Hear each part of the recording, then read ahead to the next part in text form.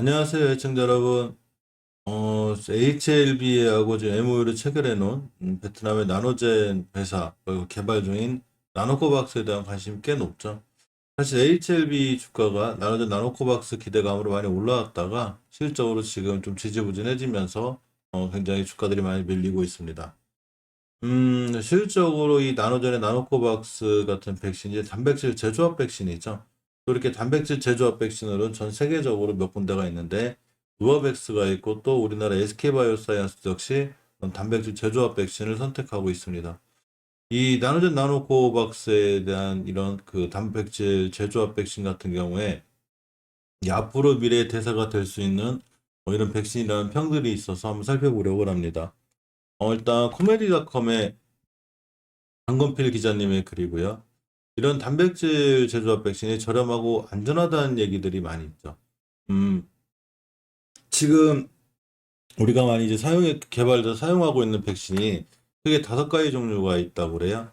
첫 번째로는 이제 좀 죽은 코로나 바이러스를 활용한 비활성 백신으로서 중국의 시노박 백신이 있고, 두 번째로 코로나 바이러스의 표면항원 항원 유전자를 비활성화한 아데노바이러스 같은 다른 바이러스에 주입한 바이러스 벡터 백신. 이게 바로 아스트라제네카와 얀센, 그리고 러시아의 스푸트니크 V 백신이 대표적이라고 합니다. 세 번째는 이제 우리가 그 잘 알려진 그 많이 맞고 있는 이 바이러스 유전 정보가 담긴 메신저 리보액산을 주입하는 신개념의 RNA 백신이죠. 이게 바로 화이자와 모더나고, 네 번째로 이제 코로나 바이러스의 스파이크 단백질 코드를 갖고 있는 플라스미드로 알려진 DNA 가닥을 주사바늘을 사용하지 않고 피부의 모공에 주입하는 DNA 백신으로 인도의 자이코프디가 대표적이라고 합니다.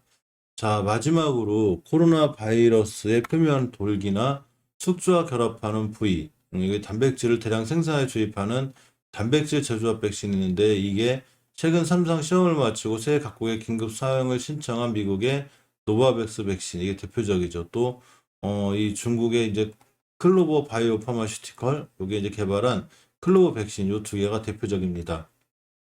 지금 우리나라의 SK바이오 사이언스도 결국 제조합 단백질 방식이고, 베트남의 나노젠 나노코박스에 대한 이 백신 개발 방식도 이런 단백질 제조합 단백질 이런 백신이죠. 이런 단백질 제조합 백신이 사실 공정 관계 굉장히 까다롭다고 그래. 그래서 베트남의 나노코박스가 좀 늦게 나오는 이유도 결국은 이런 이 단백질 제조합 백신이 공정 과정이 복잡하기 때문에 시간이 많이 걸린다는 얘기죠. 하지만 이런 효과 면에선 mRNA 백신과 거의 비슷하고, 효과 면에선 mRNA 백신과 비슷하면서도 가격은 훨씬 더 저렴하고 안전하다는 장점이 있다고 그래요. 이런 단백질을 이용한 이 질병에 대한 바이러스에 대한 백신은 우리 인류가 꽤 오랫동안 해왔던 진행 방식이기 때문에 안전하다는 얘기죠. 또한 굉장히 유통이 냉장 보관으로 충분하기 때문에 물류 비용도 상당히 저렴하다고 합니다. 이 mRNA 같은 경우는 이 극저온 냉동 보관이 필요하죠. 하지만 단백질 조합 이런 백신들은 대체적으로 냉장 보관이 가능하고, 또한 지금 조금 이 심근염이라고 혈전 같은 부작용도 거의 없다고 합니다. 현재 전 세계 임상 시험에서 50개 정도의 단백질 제조합 백신 중에서 중대한 부작용이 보고된 바가 거의 없는 백신이고요. 보통 mRNA 백신에 나타날 수 있는 두통, 열, 메스꺼움, 오한 같은 이런 부작용의 비율도 훨씬 낮은 것도 알려져 있습니다. 가격이 저렴하기 때문에 지금 아직 보급이 되지 않은 저소득 국가, 저개발 국가, 아프리카 같은 데는 어쨌거나 이런 이 단백질 제조합 백신이 앞으로 좀 대세가 될 수 있는 이런 상황이 되고, 지금 노바백스 같은 경우에 WHO에다 승인 신청을 해놓은 상태인데, 승인이 나면 많은 국가에서 사용을 할 수 있지 않을까라는 생각이 듭니다. 또한 FDA에도 지금 승인 신청 준비를 하고 있죠. 좀 잘 됐으면 좋겠고. 이 노바백스에 대한 얘기들은 좀 많이 나오고 있는데, 90.4% 정도 효능을 갖고 있는 이 노바백스 백신이라고 하죠. 어, 아까 말씀드린 대로 지난해 말부터 이제 올해 2월까지 미국과 멕시코에서 성인 29,949명을 대상으로 임상 3상을 진행한 결과 이 노바백스 백신이 9.4%의 감염 효과가 있다고 밝혔죠. 이후 제조 과정에서 저번에 여러 문제가 생겨서 일단 약간 출시가 지연되면서 주가도 급락했지만 이제 거의 다 복귀가 돼가고 있고, 사실 또 이번에 또 출렁댔던 게 머크나 화이자의 코로나 치료제 게임 체인저 백신에 대한 이슈로 많이 무너졌습니다. 하지만 실질적으로 금방 말씀드렸듯이 아직도 백신을 필요로 하는 국가들이 굉장히 많죠. 더군다나 이제 부스터샷 얘기가 나오고 있고 해마다 정기적으로 백신을 맞아야 된다는 얘기가 있기 때문에 백신에 대한 수요는 꾸준히 있을 걸로 이렇게 예상이 됩니다.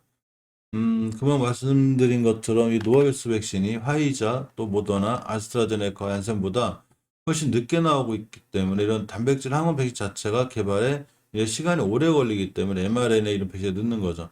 코로나를 최대한 빨리 피해를 줄이기 위해서 가장 빠른 방식인 mRNA 방식을 선택해서 맞고 있지만 결국 나중엔 이런 단백질 백신 기반인 이 노바백스 백신이나 베트남의 나노젠 나노코바 같은 백신들이 대세가 되지 않을까라는 이런 기사들이 조금 있습니다.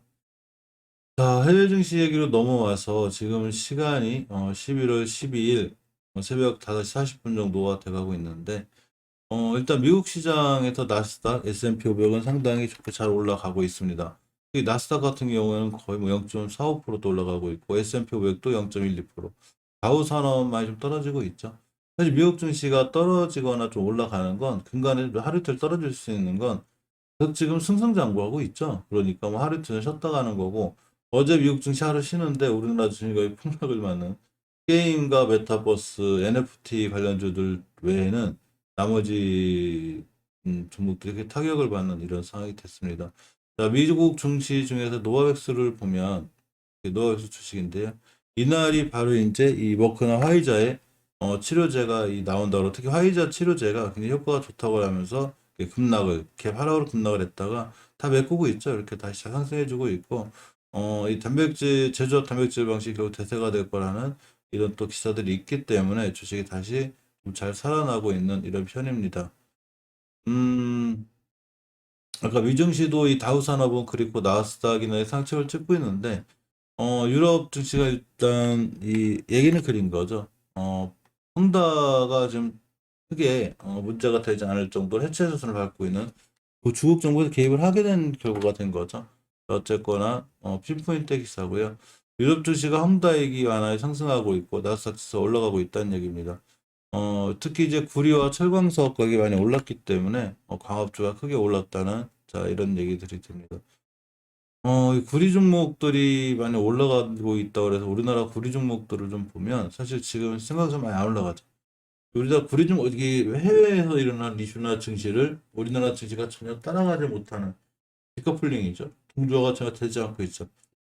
동조화 되는 건 딱 하나 있어요. 떨어지나 더 떨어지는 거. 유증시가 올라가면은 우리나라 증시 떨어지고, 유증시가 떨어지면 우리나라 더 떨어지는, 참, 뭐라고 그래야 되나, 개인적으로 아주 실망스러운 이런 시장들이 계속 펼쳐지고 있습니다. 하지만 증시가 또 언제까지 올라가지만 않듯이, 또 언제까지만 떨어지지도 않듯이, 또 우리나라 증시도 언젠가는 좋은 일이 있을 거라고 생각해 보고, 지금 대세는 NFT 게임 메타버스가 되죠. 이런 영상은 바로 전 영상에서 올려드렸으니까 꼼꼼히 챙겨서 한번 같이 보셨으면 좋겠습니다.